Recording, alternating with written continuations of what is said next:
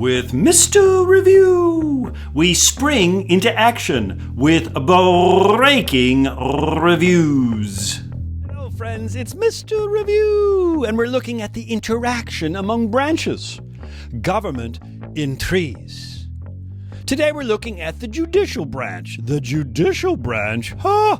Alexander Hamilton said the least dangerous branch. Well, wait a minute. Federalist 78? Remember those Federalist Papers, those who advocated for a stronger central government? The judiciary, a least dangerous branch? Under the Articles of Confederation, there was no judicial branch. And now we have a judicial branch, and Hamilton talks about the Supreme Court would ultimately be able to tell us what the law means. Huh, what the law means?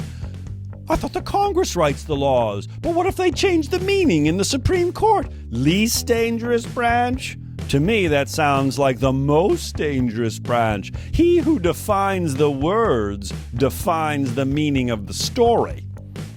And this is what Marbury versus Madison established in 1803, one of our earliest of landmark cases, where Chief Justice John Marshall argued, "The Supreme Court gets to determine what our laws mean. Judicial review."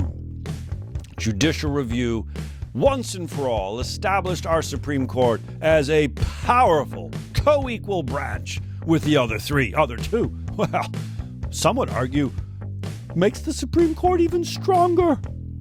The Supreme Court demonstrably is a powerful check on executive action and congressional activity.